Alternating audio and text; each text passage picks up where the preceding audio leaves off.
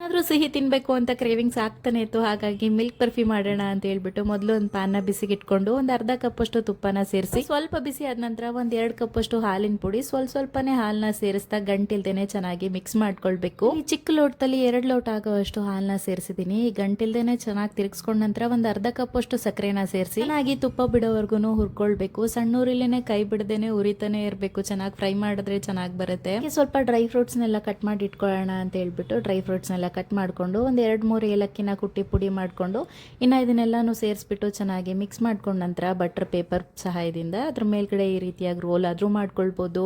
ಇಲ್ಲ ಅಂತ ಹೇಳಿದ್ರೆ ಉಂಡೆಗಳ ಥರನಾದರೂ ಕಟ್ಕೊಳ್ಬೋದು. ತುಂಬಾ ರುಚಿಯಾಗಿರುತ್ತೆ. ಸಿಂಪಲ್ 3 ಇಂಗ್ರೀಡಿಯೆಂಟಿಂದ ಈ ರೆಸಿಪಿನ ಮಾಡ್ಕೊಳ್ಬೋದು.